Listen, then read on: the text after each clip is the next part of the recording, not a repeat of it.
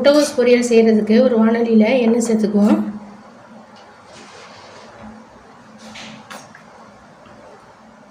கடுகு உளுந்தம் பருப்பு சேர்த்துக்கோங்க.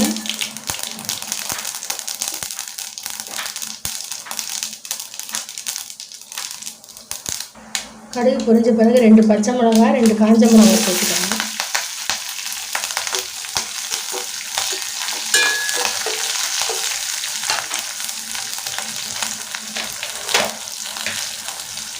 கருவேப்பிலை சேர்த்துக்கோங்க.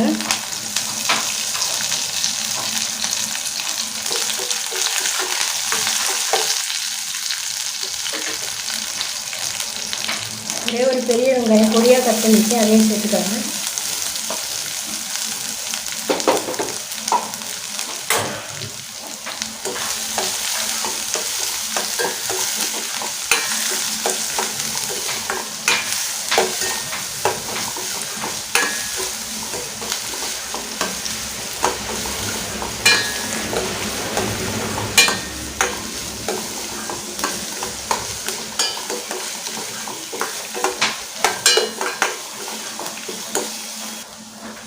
பொடியாக கட் பண்ணி முட்டைகோஸ் இதில் சேர்த்துக்கலாம்.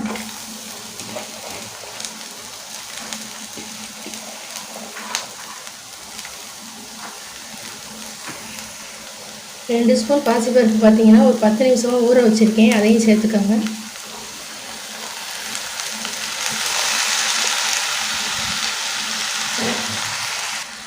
முட்டைகோஸுக்கு தேவையான உப்பு சேர்த்துக்கோங்க.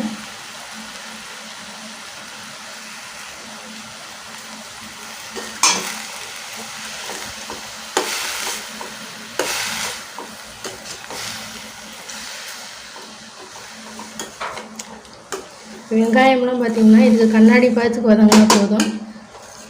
முட்டைகோசு பருப்பு சேர்த்து ஒரு கலந்து இது போல் விட்டுக்கோங்க.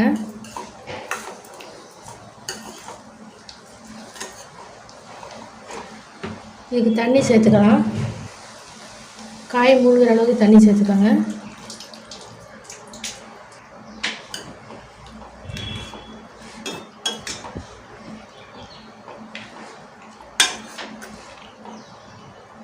காய் பருப்பும் பார்த்தீங்கன்னா வேகிறதுக்கு மூடி வச்சுக்கோங்க. தண்ணியெல்லாம் சுண்டி வந்த பிறகு தேங்காய் துருவல் சேர்த்துக்கோங்க. இப்போ பார்த்தீங்கன்னா தண்ணியெல்லாம் நல்லா சுண்டிடுச்சு பாருங்கள்.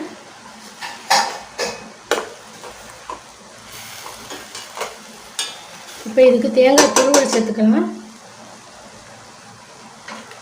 நல்லா ஒரு 1/4 மூடி தேங்காய் துருவலை சேர்த்துக்கோங்க.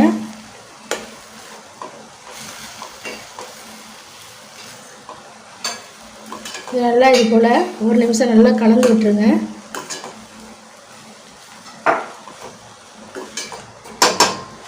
சூப்பராக பார்த்தீங்கன்னா முட்டைகோஸ் பொரியல் ரெடி ஆகிடுச்சு. அடுப்பு ஆஃப் பண்ணிடலாம். பாசிப்பருப்பு வச்சு போட்டு முட்டைகோஸ் பொரியல் சூப்பராக நம்ம ரெடி பண்ணிட்டோம். கண்டிப்பாக நீங்கள் ட்ரை பண்ணி பாருங்கள்.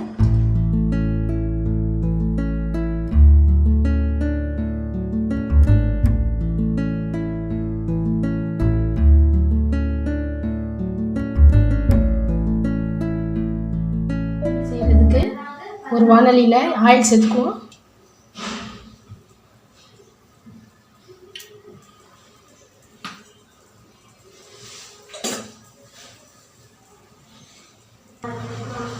கடுகு உளுந்தம் பருப்பு சேர்த்துக்கோங்க.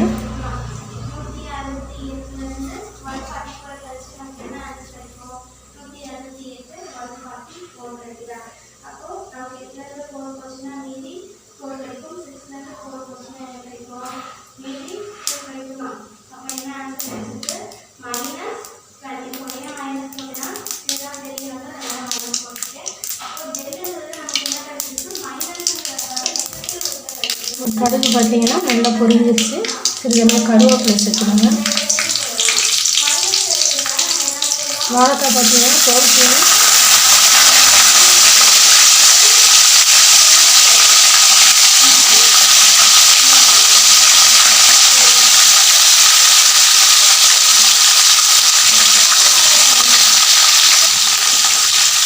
பார்த்தீங்கன்னா 2 வாழைக்காயை தோல் சீவி இந்த மாதிரி கொஞ்சம் சின்னதாக பார்த்தீங்கன்னா ரவுண்டாக நான் கட் பண்ணியிருக்கேன்.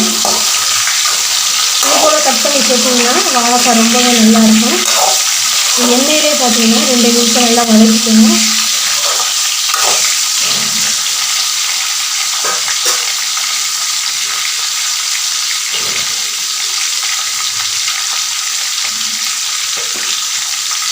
இப்போ வாழைக்காய்க்கு தேவையான உப்பு சேர்த்துக்கோங்க. மஞ்சள்தூள் ஒரு 1/2 ஸ்பூன் சேர்த்துக்கோங்க. மிளகாய்த்தூள் பார்த்திங்கன்னா ஒரு 1/2 ஸ்பூன் தனி மிளகாய்த்தூள் சேர்த்துக்கோங்க. இப்போ அடுப்பை பார்த்திங்கன்னா சிம்மில் தான் வச்சுருக்கேன்.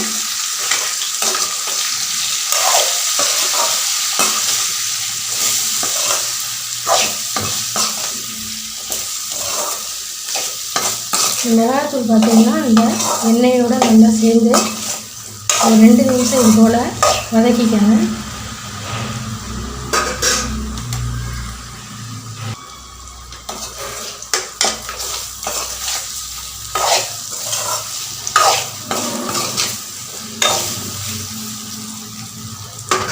இப்போ இது கூட தண்ணி சேர்த்துக்கலாம்.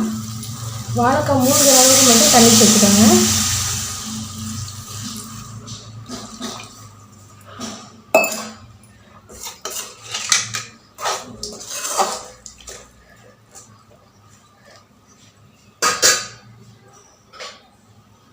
இதெல்லாம் பார்த்தீங்கன்னா தண்ணி நல்லா கொதித்து வாழைக்காய் வெந்து தண்ணி சுண்டி போயிடும். அந்த அளவுக்கு நல்லா வந்து ட்ரை ஆகிற வரைக்கும் மூடி வச்சுக்கோங்க. அடுப்பு மீடியம் ஃப்ளேமில் வச்சுக்கோங்க. இது நல்லா ட்ரை ஆகிடுச்சு பாருங்கள்.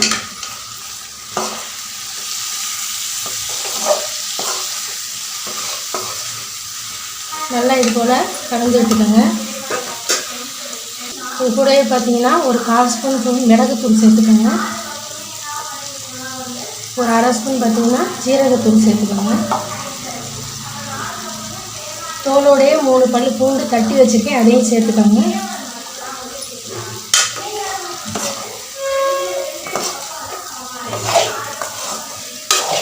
நல்லா கலந்து விட்டு இது ஒரு 5 நிமிஷம் அப்படியே மூடி போட்டு வச்சுக்கோங்க. இப்போ ஓப்பன் பண்ணி 1 ஸ்பூன் அளவுக்கு ஆயில் சேர்த்துக்கோங்க.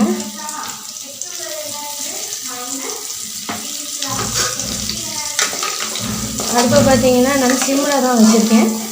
இது நல்லா ஒரு 2 நிமிஷம் நல்லா வந்து வாழைக்காய் நல்லா ட்ரை ஆகின பிறகு நல்லா முருகலாக உங்களுக்கு கிடைக்கும். ஒரு 2 நிமிஷம் மட்டும் மூடி போட்டு வச்சுருங்க. 2 நிமிஷம் ஆகிடுச்சு, ஓப்பன் பண்ணிடுவோம்.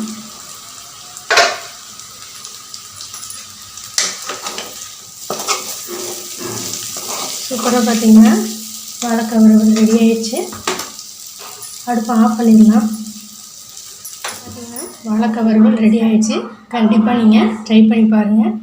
இந்த வீடியோ பிடிச்சிருச்சா லைக் பண்ணுங்கள். ஏஆர் கிரியேஷன் சமையலுக்கு சப்ஸ்கிரைப் பண்ணுங்கள். அடுத்த வீடியோவில் பார்க்கலாம். நன்றி, வணக்கம்.